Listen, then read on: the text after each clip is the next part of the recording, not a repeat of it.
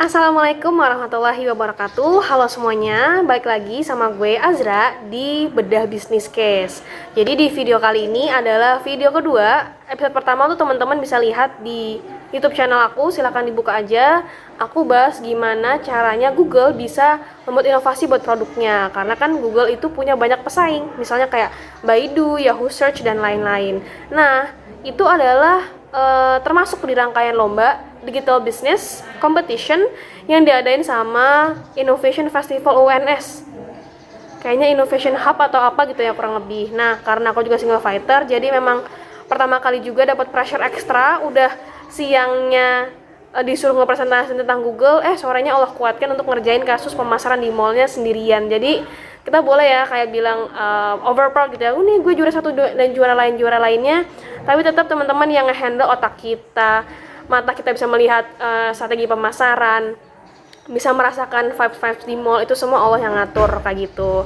Nah, di case kali ini satu pertanyaannya adalah gimana caranya Azra atau tim pemasar ini bisa ngasih solusi terbaik supaya mall ini itu selalu dikunjungi oleh pengunjung gitu ya, tanpa batas. Mungkin kasarannya kayak gitu, karena kan emang ujung-ujungnya bisnis pasti pengen sustainable proses yang gak menunjukkan landai, apalagi pas tuh kondisi mallnya adalah lagi pandemi, jadi kan emang bener-bener sepi. Mereka butuh bantuan, tolong dong Zra, ini gimana cara mallnya biar ramai lagi meskipun kondisinya pandemi, dan mallnya juga menjual nilai hijau.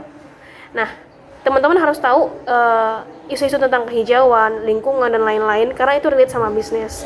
Apalagi sih yang teman-teman harus tahu terkait isu global gitu ya, yang relate sama bisnis.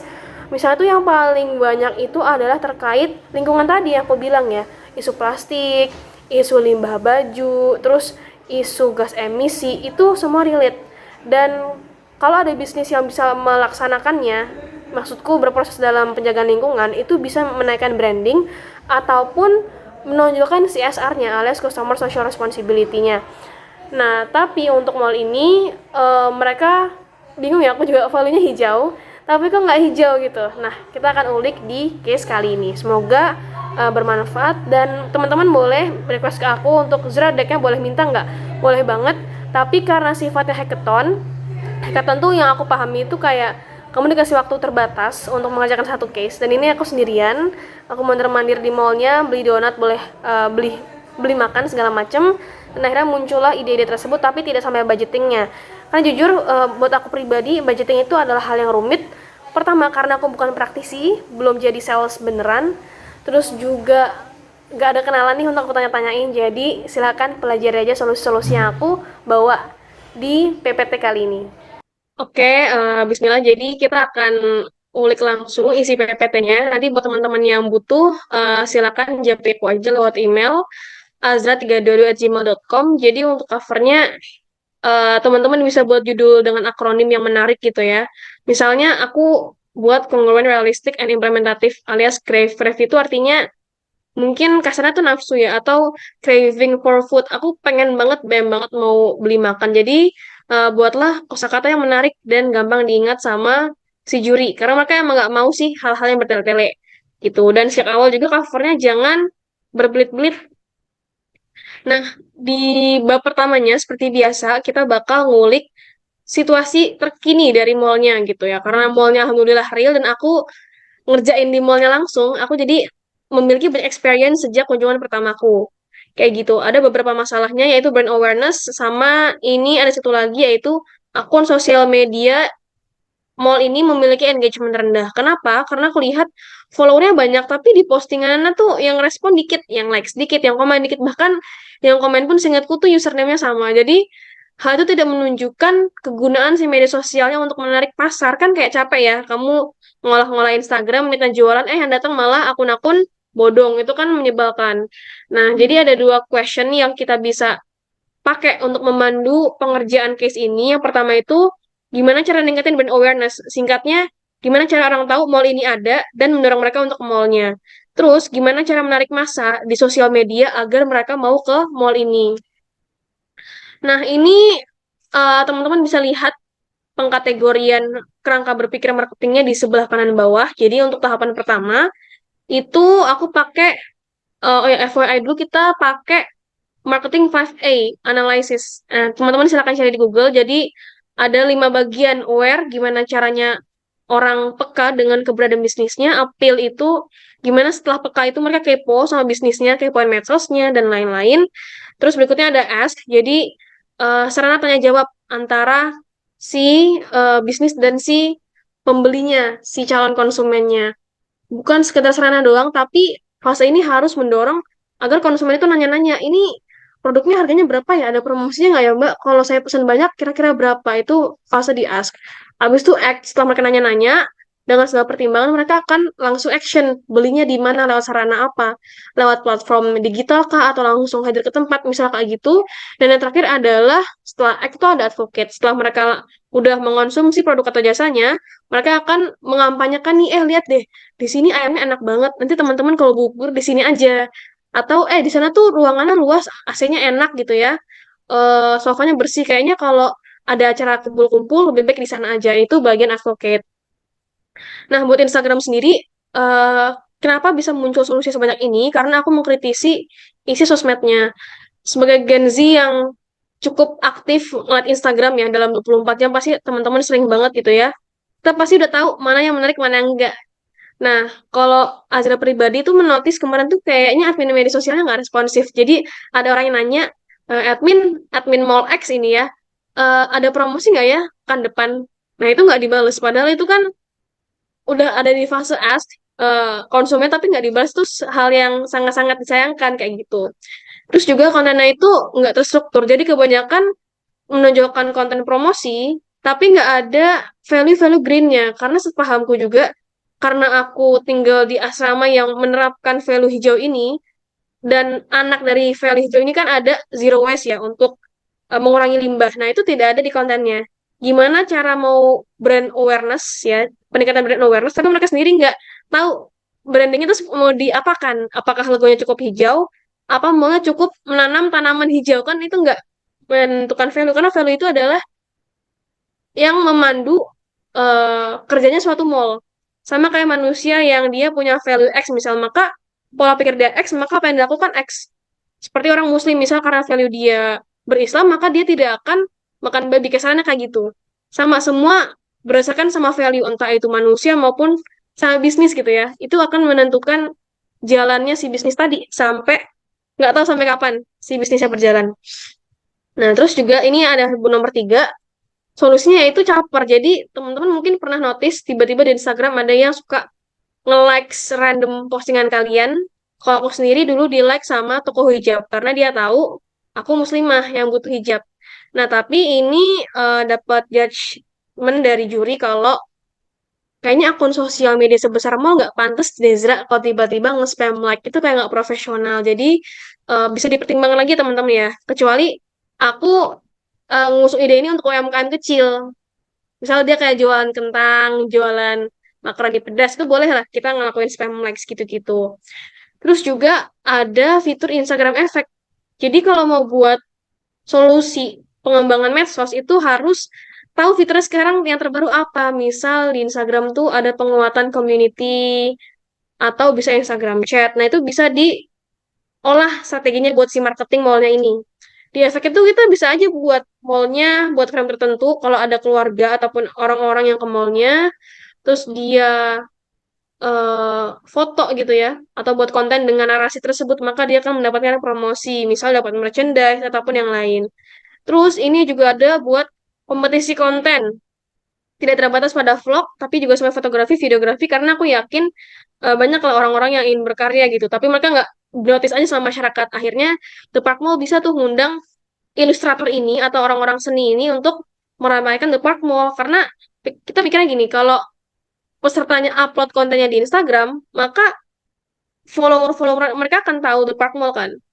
Jadi kita sampai sana lah menggait awareness-nya teman-teman konsumen gitu. Terus juga bekerja sama dengan influencer. Jadi bisa lah kita ngusung konten terbaru, jalan-jalan di mall sebagai upaya agar mall itu rame. Gitu. Mungkin kita pernah ya lihat konten A Day in My Life, eh, makan apa hari ini gitu ya. Seakan-akan kayak jurnal kehidupannya si influencer. Jadi bisalah kita ngusung A Day in Mall gitu-gitu. Nah, terus ini juga masih aware untuk fasilitas sendiri karena mall itu kan sebenarnya bisnis yang notabene melayani lewat jasa. Produknya kan lewat si gerai-gerainya gitu ya. Nah, kalau emang mau memaksimalkan value green tadi supaya beda dengan mall lain, udah bagus bener green value itu, tapi aku sangat-sangat geram gitu ya. Karena pas di mallnya, aku beli air tuh yang aqua biasa, itu 10.000, itu cukup menyiksa. Padahal di warung kelontong itu 3.000. Nah, mungkin karena mall ya, aku lebih toleransi. Cuman hal ini sangat-sangat tidak green. Kenapa? Karena kalau aku beli botol minuman terus, banyak sampah plastik. Kalau emang mau ramah lingkungan, kasihlah sudut-sudut tertentu di mall itu tempat untuk pengisian minum gratis. Sama kayak di kampus, kurang lebih kayak gitu. Mungkin ada kerugian, cuma di sisi lain kan Pak Mall mungkin bisa mengembangkan brand air tersendiri. Atau mereka bisa collab sama bisnis lain yang nyediain air dari gunung, misal kayak gitu. Terus juga tempat sampah bukan tempat sampah doang, tapi juga ada proses edukasi. Misalnya kenapa harus milah, kenapa harus eh apa ya ribet-ribet kayak gitu. Terus juga ada free wifi karena selama aku nugas tahun lalu ini 2022 ya, itu nggak ada wifi. Sedangkan kondisinya HP ku itu drop, aku bingung mau nyolok di mana dan harus ngerjain hackathon ini sendirian kayak gitu. Terus juga fasilitas lain yang relate sama value the park, apalagi sepeda ramah lingkungan. Kan sekarang banyak tuh ya sepeda berlistrik. Jadi karena the park itu luas, ada taman-tamannya, gimana kalau nambah sepeda ramah lingkungan. Jadi orang-orang bisa jalan-jalan, nggak cuman kursi-kursi dan lain-lain. Terus juga ada membangun zona yang fotogenik, yang cocok untuk foto-foto, entah itu foto studio, foto buat teman-teman wedding dan lain-lain, sehingga foto itu bisa menarik orang-orang untuk ayo foto di The Park aja, bagus nih buat ngefoto barang bisnis lu, bagus nih buat foto acara lamaran lo dan lain-lain, sampai juga nawarin orang-orang buat syuting di The Park Mall aja. Selanjutnya juga ada solusi yang kayak biasa sih, spanduk besar, ada promo juga sama promo bawa rombongan di jam weekday.